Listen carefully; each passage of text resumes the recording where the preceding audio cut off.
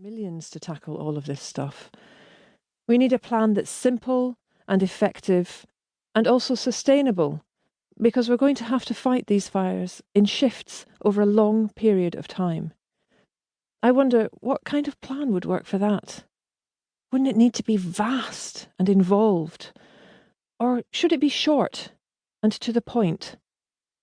Would it need to detail practical measures for activism, a strategic approach, offer powerful inspiration? Or do we essentially need philosophical comforts?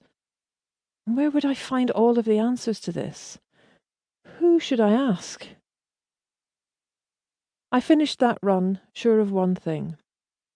We have to make sure the destructive blazes are snuffed out. We have to sow a better world for all of us. We can only do this together. Saving the world has to involve you. Our plan to save the world has to ensure that you can keep going when I'm flagging, and that I can keep going when you're flagging.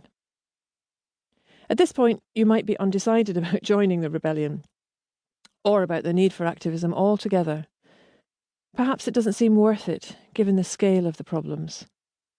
Perhaps it seems as though you individually can't make a difference. Maybe you think the change shouldn't start with you, but with people in other countries. Ones that are doing far worse than us on carbon emissions, or access to education, or human rights. Look, bear with me. Bear with my vision that there can be something better. Consider this suggestion that there is something you can do about the state of the world. Don't laugh it off. Don't put this book down. Whatever you do, don't decide not to care. Not caring is no way to live. Not caring leaves the way free for billionaires to bend entire countries to their will. Not caring leaves politics to people whose primary consideration is the desire to protect their own interests. Not caring leaves decision-making to people who lack compassion and imagination. On the 8th of November 2016, the US election day that ushered in the pussy-grabbing, immigrant-denouncing, apologist for white nationalism President Trump, British journalist George Monbiot sent this tweet. The choices before the American people are 1. The same old shit. 2. An entire vat of shit in which you will drown. Vote 1. It's all there is. George was clearly flagging that day.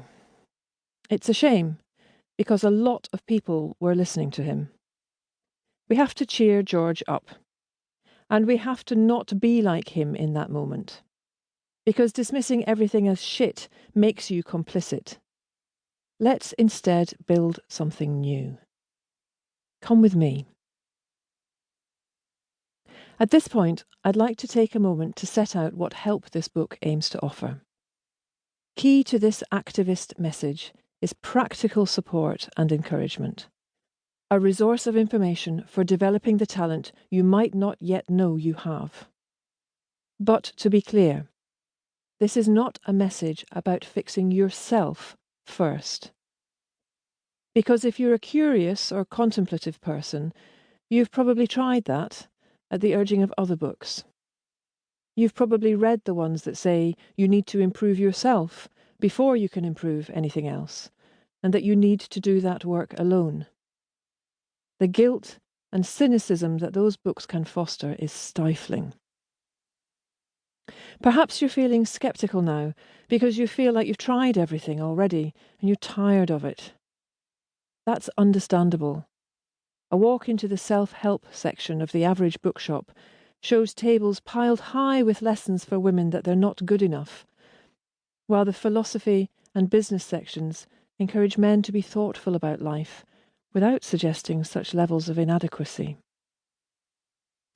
The ourselves in the title of this book is a very deliberate word. This is not a book to tell you and you alone to try harder. I've tried yoga, jogging, eating green, baking and mindfulness. All of those things are good and lovely and they help build strength and calm. but on their own